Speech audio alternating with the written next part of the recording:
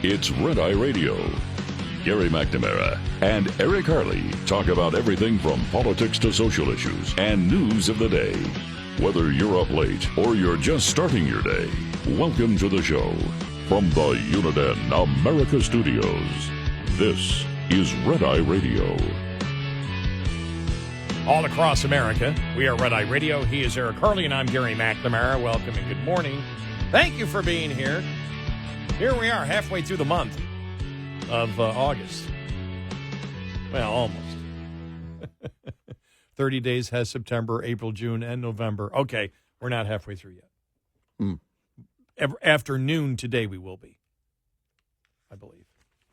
Yeah, something like that. Yeah, something like that. We'll be halfway through. I don't know. I just saw this headline and went, golly. Harris campaign requires ID to attend her rally, even though she opposes voter ID. Oh, wait a minute. What? You mean poor people won't be able to get in? Yes. Yeah. She's to a rally. Poor people can't even show their support in spirit? Not even poor blacks. Right. Because that's the accusation from Democrats is that it's racist. Right. Vice President Harris has repeatedly espoused opposition to voter ID laws, yet her campaign has now required that attendees present a valid identification to RSVP for one of her rallies. Why? You shouldn't. No. Why? That's un-American. Yeah. And it's racist. I just happened to see that, so I just wanted to. I didn't want to forget that. That story's actually a couple days old. Yeah. I hadn't gotten to it and wanted to make sure that I got that. But yesterday, as every single day we go through, we'll tell you who we believe has won the day for the campaign. It was, let me see now. It's been since a week ago Sunday, and after she picked Walt, so it's been really now, 9 days, 10 days? Every day has been a Trump campaign win, partly because she picked Walz, but yesterday wasn't because of that at all.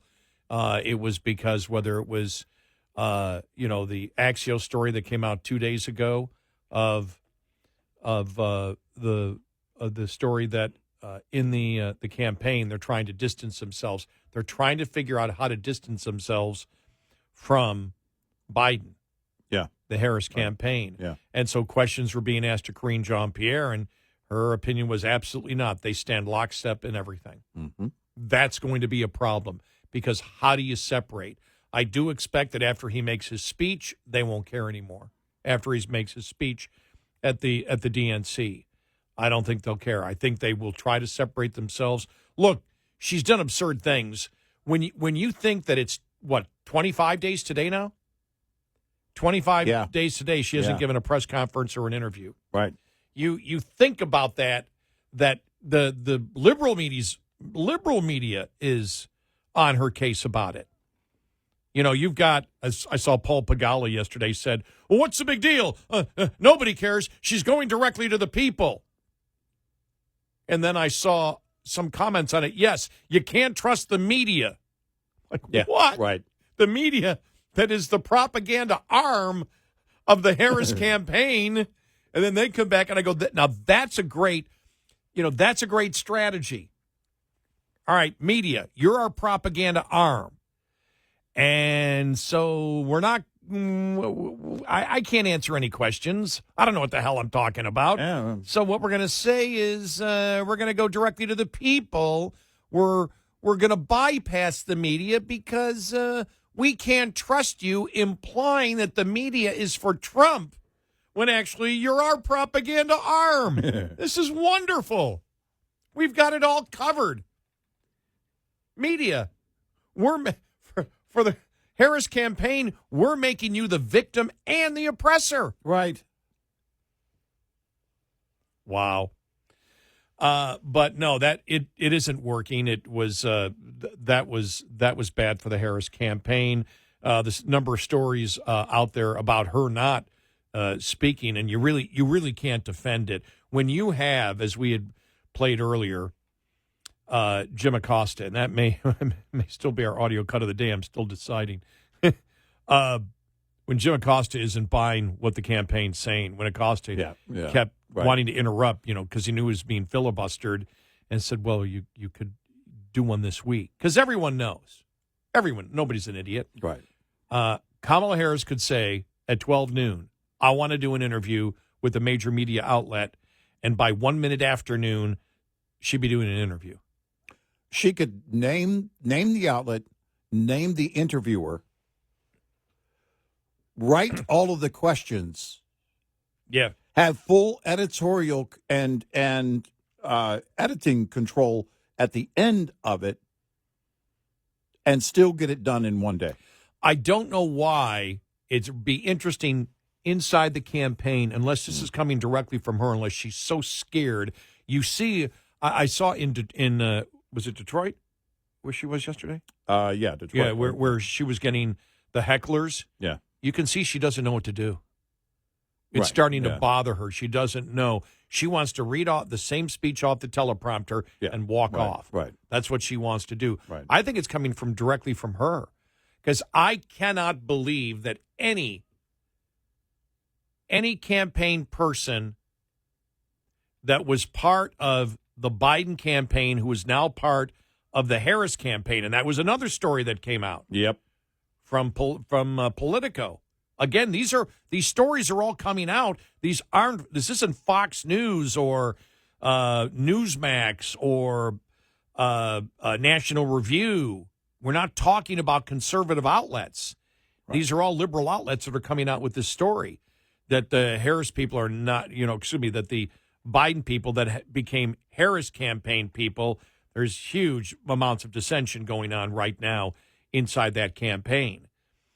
But there's no way that they don't realize that not letting Biden speak wasn't a problem and wasn't one of the reasons that he's out. Right, yeah. And they come in to somebody who is much younger and decide to do the exact same thing of not allowing or of her not speaking and believing that that's a winning formula. Yeah. There's no way you can convince me that any political consultant worth their salt would make a change like that and say, you need to be exactly like Biden. So the media within a couple of weeks will be saying, you're afraid and you're incompetent. Right. Because that's coming from CNN. And it's coming even from MSNBC. They're getting to the point of like, well, yeah, she really should. Why isn't she speaking? Why isn't she speaking? Good God. Yeah, what's his name from Stephen A. Smith? Yeah. My gosh. No, and by the way, this isn't a rant I expected him to go on. Well, I've got it now. I've got more of the clip. Okay. From Stephen A. Smith, the sports guy, as we all know. Right. And listen to him, because this is the opinion that's out there, and it's growing in Democrats. And Democrats aren't happy that she won't speak at all. Right. Because what it comes down to, she can say whatever she wants. And Waltz, who's becoming by a way a blowhard. And by the way, this whole thing that Republicans are afraid of his masculinity. Mm-hmm. Are you kidding me? All I'm going to say is when I saw him yesterday in Detroit come out, he had the same type of hand motions in the air and sort of hop and dance that Richard Simmons had. Yeah, it looked weird. And I'm not trying to insult Richard Simmons in any way, because I think he did a great service to a lot of especially women that were overweight. Yeah, and I think he gave them great hope. So I'm not doing this. I'm just saying that the mannerisms were the same. Well, I'll just say this: masculine isn't one of the words you'd use in describing Richard Simmons. Yes, exactly. Yeah, it didn't. Macho or like this tough, masculine, hunting kind of guy with the hat on, as the Democrats are attempting to promote him. That was. Remember, they tried that with John Kerry. Remember John Kerry putting him in a hunter's hat and putting a rifle in his hand? Yeah. I like hunting. Yeah, that's not how it works. But here's Stephen A. Smith yesterday. Here we go. Now, Joe Biden stepped aside as the presumptive Democratic nominee on July 21st. Okay? Now I'm going to look at this right now. I'm looking at my calendar because I just want to make sure. July 21st was a Sunday. We've had 1 week, 2 weeks, 3 weeks, and 1 day since Joe Biden stepped aside. The only damn place we've seen Kamala Harris is at pep rallies. What's up? Somebody got to say something. And it can't just be the conservatives. Right is right. I'm talking to my sister here. Come on now. You running for the presidency of the United States of America. You got my vote. You running for the presidency of the United States of America. What you hiding for? And I mean hiding in plain sight. Somebody got to say it. Somebody got to say it. Now, you can't be running for the presidency of the United States. Not one single press conference, not one single one-on-one sit-down interview where somebody gets to question you about the questions that we ask. That's not fair. That's not fair. And if you're a conservative and you out there lambasting her for it, ridiculing her for it, trying to torment her for it or whatever, it is perfectly within your right to do so. All of you anti-conservatives out there, shut the hell up. That's a valid point. It ain't valid to bring up a blackness or an Indian heritage and to try to point to things of that nature. That's nonsense. But to ask her about her record, because she is attached to the Biden record, is definitely apropos, especially when you were bragging about the record. We talked about Biden being a transformative president. Well, stand on it then. Stand on it. Where you at? I like when he said, "What's up? What's up?" The full call out right there. It's seriously, Steve, what the hell is going on? And because there's no reason why even Kamala Harris could not have done an interview with, as you said, anybody would agree on the left, because look, they're propaganda political activists. All right, here are the questions you're going to ask her. And somebody's going to do it, and you do the most friendly, comfortable interview. My gosh, go on, what's her name? One of the daytime shows. Go on The View. Go on do something. Well, think about this, too. What you heard there, too, giving conservatives, hey, it's justified that they bring this up as a concern. Now, then he tries to walk it back by saying, bringing up her identity, basically. Conservatives didn't bring up her identity. She did. Democrats did. And her surrogates in the media brought up her identity. They brought it up. They introduced the topic. Yeah, that's true. That's not conservatives bringing it up. Conservatives answered questions that were posed to them. Trump answered a question, and we said, look, don't engage because you're going down their rabbit hole. You don't need to do that. But they were the ones, the liberal hosts were the ones that brought that up. That wasn't conservatives bringing that up. Let's be clear about who introduced that and who actually focuses on that. That is squarely on the left, Mr. Smith. So, on the other points, if you, this is what I love about this job. If you had told me, Gary, coming in last Sunday night to start this week, by the end of the week, Jim Acosta and Stephen A. Smith. Jim Acosta and Stephen A. Smith. Because I would have said, now they'll both be, if they're talking about it at all, about her not talking to the media, they'll be making excuses. She's busy. They would be making the excuses that they're actually being told. And now you have them, because I said this the other day, a facade, the problem with a facade is that at sooner or later, the slightest breeze will knock it over. It's built on nothing. She was not the one 3.5 weeks ago. She was not. As I've been saying, she wasn't invited to the dance, and now she's the prom queen. Within a month, It doesn't happen that way. No, none of them were calling on her. Stephen A. Smith wasn't calling on her, as far as I know. Maybe I missed it a couple of months ago to be the one. That was not the case. I didn't hear it from anybody on the left. No, because he was discussing breakdancing at the Olympics back then. Exactly, covering breakdancing at the Olympics. That's where you. That's right there where you. Everybody sees it. And I said the other day, it was, I think last week, is that there's only so long that they're going to hold up this facade for you when you're not even talking to them. Just like them trying to get talking points from the Biden administration, they're trying to get something out of her. Why aren't you talking? Yeah. Why aren't you talking?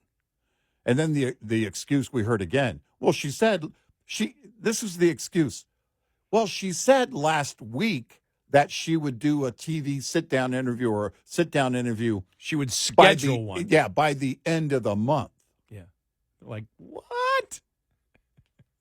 You're having to go back to what she said last week. Wow. 866-90 Red Eye.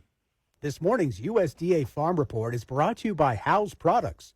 Tested, trusted, guaranteed since 1920. An increase in our country's corn production was not enough to offset global production numbers, with USDA noting a 5 million ton decrease in world corn production forecast from July. And that would be down 4 million tons year over year. And those reductions reflect several different countries, including the European Union, where we reduced production by 3.5 million metric tons. That's mainly reflecting heat and dryness in Southeast Europe and into Serbia and then into Ukraine and parts of Russia, so that Black Sea region as well. World Agricultural Outlook Board Chair Mark Jekanowski says the lower global corn production will benefit U.S. corn on the global export market. We raised our corn export forecast by 75 million bushels. That just reflects lower levels of competing exports. U.S. prices are competitive and demand remains strong. I'm Rod Bain reporting for the U.S. Department of Agriculture in Washington, D.C.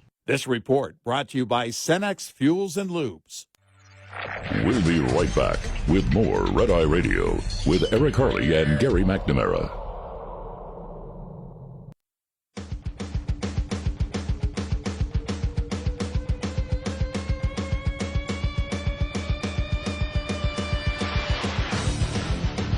It's Red Eye Radio. He's Eric Harley, and I'm Gary McNamara, talking about the day yesterday, and the day yesterday, which would have been Wednesday, was won again by the Trump campaign for a variety of reasons. We'll have the Jim Acosta interview with a representative from the Harris campaign, which was like, wow, on CNN. But here's the FCC commissioner. Did you know that Harris was appointed Internet czar to lead the $42 billion upgrade in the Internet for people that don't have it in the United States? Here's what he had to say yesterday.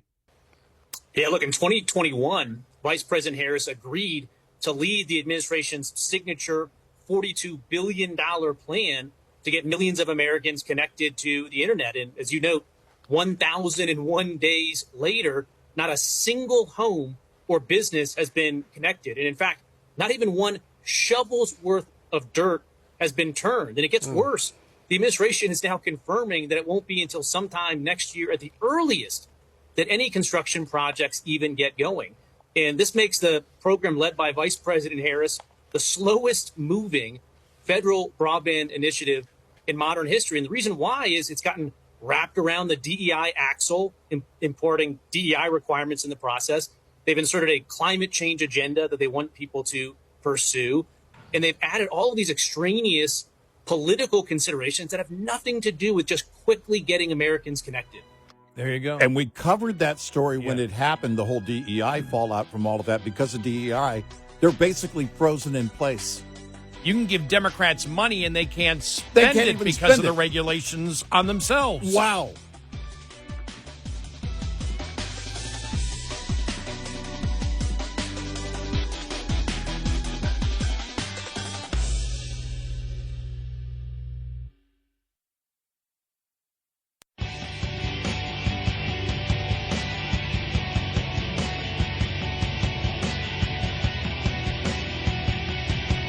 You're listening to Red Eye Radio from the Uniden America Studios.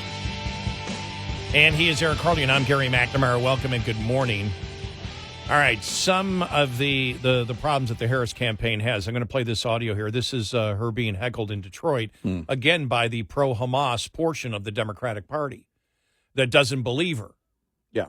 You know, that excuse me, that when she said she's pro-Israel, let me get this right. When she says she's pro-Israel, they believe her. Yeah, right. She's not. Right. But they've got to make sure. They just don't need her by her behavior. They don't want her to do what Biden's doing. No. Biden's doing some things right for the pro-Hamas wing of the Democratic Party, which is enabling and ensuring that Iran has the money to fund their terrorist proxies. But he's also, on the other hand, also promoting the funding of Israel to fight back. They don't want that. And until they get full submission from the Democratic Party, they're not going to be happy, which makes it tough for Harris, even at a rally, to get out any point. Let's get to this. Donald Trump intends to take our nation backward. Just look at his Project 2025 agenda. Project 2025. You can hear the hecklers already, and then the booing come in, and But just listen how long this goes for. Here we go.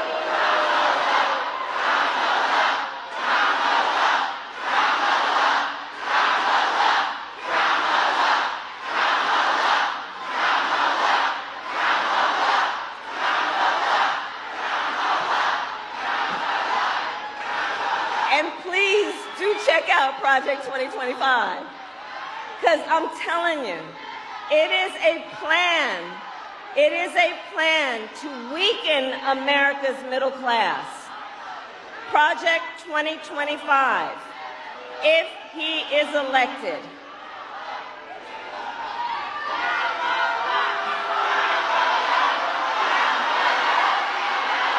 It's all good.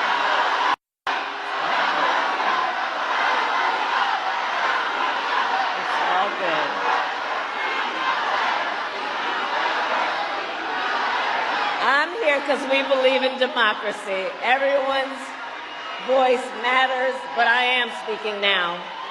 I am speaking now.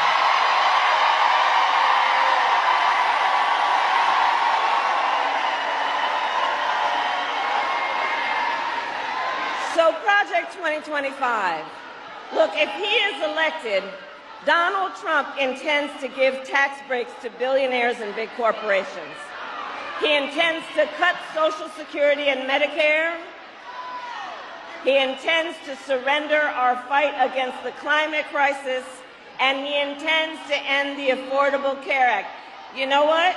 If you want Donald Trump to win, then say that, otherwise I'm speaking. And it's just kept going on. I mean, it's the most bizarre thing. But again, remember, those aren't Republicans in there. No. This isn't like somebody coming in to a Trump campaign rally and being a Democrat. You can hear how loud those voices are. And I'm telling you, the voices are louder if you're inside. And they don't, by the way, they don't care. Nobody's responding to the whole Project 2025. That's a loser. That's a loser. Even in a friendly audience, I'm sorry, partially friendly audience. Because, and this is the conundrum. You can't, with them, with the pro-Hamas group, you can't even say you're pro-Israel, even if they don't believe that you are. Right. You can't say it. You can't say that because what you're trying to do is promote that everybody should be pro-Israel, and that should be the position, official position of our nation, and would be if you became president. You can't do that. You have to own what you believe, especially with the radicals, that the anti-Semites and the pro-Hamas group that are there or anywhere else in this country right now. That's her party, and that's a core of her party. Yep. And it's this is the strange thing. Kamala Harris agrees more with the pro-Hamas protesters than she does the people cheering her name. Yeah. That's the bizarre thing about it all. As she's chastising them, she actually believes more with the pro-Hamas wing of the Democratic Party than she does the people behind her holding the signs and screaming, Kamala, Kamala, Kamala, Kamala. That's just bizarre. But you can see she had trouble getting anything out, and that's going to continue at every single rally. Yep. Here's Trump at his rally yesterday. Together we will deliver low taxes, low regulations, low energy costs, low interest rates, low inflation, so that everyone can afford groceries, a car, and a home. Common sense. We will stop the invasion, end the migrant crime, support our great police, save Medicare, and save Social Security, which is under siege. We will strengthen our military, build a missile defense shield, keep critical race theory and transgender insanity the hell out of our schools, and keep men out of women's sports.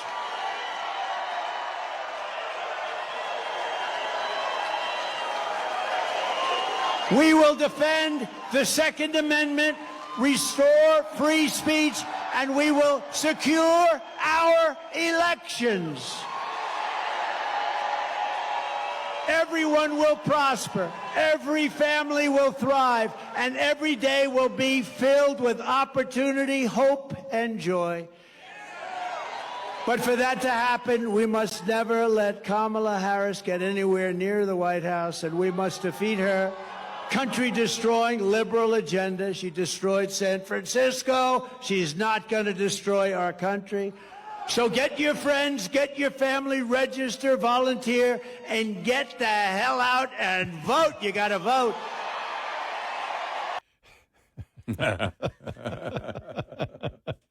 But that's good. I mean, that's focused, as we've said. That's focused. Yep. I've got no problem with anything. As you can see, the only thing that we brought this up earlier, a couple of things that he said that they took completely out of context. They lied about, the Democrats did, but he left them nothing. There's nowhere for the Democrats to go. And by the end of the day, on Wednesday, the Trump campaign has won another day, and that's your whole goal. And then, hold it, we got to get to this here because Trump also said this. For the election, but she'll never do it. She can't solve the problem because she is the problem. She really is. People like her. Yay! Yeah. He hasn't yet embraced Kamega. Well, yeah, he's not said the word Kamaga yet, but and I think that last audio cut bears repeating. Can you play that back? Okay, here we go again. For the election, but she'll never do it. She can't solve the problem because she is the problem. She really is. People. It is again. That's one of our scenes. We don't repeat the talking points. We write the talking. We write points. the talking points. Yes. And that's proof right there. Thank you, Mr. President, for sharing that. We don't need the credit. We'll give the credit to ourselves. And you don't need to do that. We're already doing that. You don't need to pat us on the back. No, we'll we pat do our that. Backs. We do that ourselves. Yes. Yeah. And then I want to play this also because when you lose Jim Acosta on CNN, we've talked about the propaganda media political activist, and he's the ultimate. Yeah. You know, he really is. When he feels he's being BS, listen to this and listen how many times he tries to interrupt. I think it's Mike Tyler is his name from the Harris campaign. And again, pressing why she won't commit to holding a press conference. And you can hear him constantly want to interrupt. He actually wants to blast him and say, stop the BSing. But you can see, because he brings it up over and over again in this interview on CNN.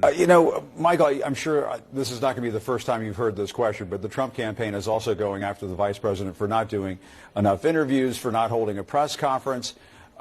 Would it kill you guys to have a press conference? Why hasn't she had a press conference? Listen, the Vice President and Governor Walz have been busy crisscrossing this country since the launch of this campaign and adding Governor Walz to the ticket. You saw the ways in which... By the way, you can't see it. I need to mention this. When he goes into that, starts that, you can see Acosta smiling like, stop it. Yeah, right. Stop the BSing. Yeah. Just answer my question. Yeah. Here it continues here. Here we go. They went across the battleground states last week, generating rallies of thousands, 10,000 here, 15,000 there. But Michael, you know, a campaign rally is not a press conference. Do you mind if I cut in? I mean, you know, a campaign rally is not a press conference. Why hasn't she had a press conference? She's the vice president. She can handle the questions. Why not do it? We absolutely are going to do it. You hear her take questions as she's out on the stump, and she said last week we're going to be having a sit-down interview here before the end of the month. What she's going to be focused on and what this campaign is going to be focused on is communicating directly with the voters that are actually going to decide the pathway to 270 electoral votes. That's why she Can you and Governor commit to a Walz press conference went across this week? the country this past week. That's why we're doing a bus tour in Pennsylvania as we head into Chicago. And it's why we'll sit down for an interview before the end of the month to make sure that we can have a deep dive conversation about the vision that Kamala Harris has for where she wants to take this country and the contrast that we're going to have with Donald Trump. We're going to have plenty of opportunities to do that throughout the rest of but one interview by the end of the month. This month and throughout the rest of the campaign. I don't want to belabor this, but one interview before the end of the month. I mean, that's not a lot. I mean, can you commit to a press conference before the end of the month? We will commit to directly engage with the voters that are actually going to decide this election, and that is going to be. He's just smiling. Oh man, he's smiling at this point like you're just BSing me. But why can't I would sit there and say I would actually come out and say stop BSing me, stop insulting the intelligence of my audience. That's what I would say. Right. But he can't because they want guests, and because they want guests, they have to put up with the propaganda people. Now, I don't know. I think the propaganda part of him right there is saying, we're not winning this. Yeah. You're not winning the talking point. No, nobody believes you. And so even as somebody who is a propaganda political activist, right, as Acosta is, his problem is he's not yelling at him, but he's angry because you're not giving the right propaganda. This is exactly selling it. What we've been saying about the liberal media with the entire Biden administration from day one. They've been going to the White House. The White House press has been looking for their talking points from day one, and they don't get their talking points. Give us something we can take to our readers and viewers. Yeah, give us something. We can't sell this. We can't do this. And now they're in that mode with her, Stephen A. Smith and Jim Acosta. Which is amazing because if you would have told me that, all right, whoever comes in next, whoever's going to be, is going to do the exact same thing as Biden and even do fewer press conferences than Biden, and age isn't a problem, and they would think that that would be a winning strategy, I would have said, come on now, nobody would do that, and they are. They are. I think it's her, though. I don't think you're right on that. You've been saying that since the beginning. I think it's her. I think she's scared. I think she's afraid to do it, and I think a big part of why she's afraid, she doesn't have the confidence in herself, but also she doesn't have conviction, and she's still in exploratory committee mode. She doesn't even know what will work, what ideas she can even lie about that would work. And I think she's deathly afraid of talking to the media. It's clear. Otherwise, she would be. Yeah. She would have been on The View. Yeah. Oh, man, come on. That would have been the easiest thing to do, is to walk on The View. Yeah. Go on the entertainment night shows and say, I'm doing interviews. Right. They're all entertainment interviews. Right. Colbert would have absolutely let her on. Yeah. And helped her. I mean, in his way of helping her. 866-90 Red Eye. Coming up, more with Gary McNamara and Eric Harley. It's Red Eye Radio.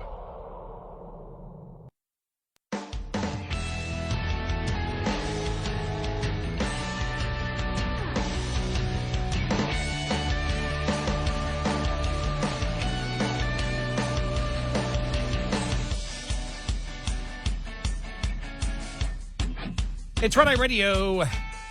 He is Eric Harley, and I'm Gary McNamara. So what's coming up for Thursday? Anything big? I know. Harris is supposed to hold a not a press conference, but she's supposed to announce that she's going to propose a plan for the government to control food prices. Yeah, right. Because of all the price gouging going on out there. How's that going to work? Yeah, exactly. How are you going to do that one? Yeah, exactly. How are you going to put that into place? Did you see the story? I just thought about it now. That California went after the gouging of the oil companies, and again, for the umpteenth time, couldn't find any. Exactly. Because there Can't is find none. any. Right. How many times have the Democrats done that? They do it. They pretty much every election cycle. Yeah. Over the last 20 years at least.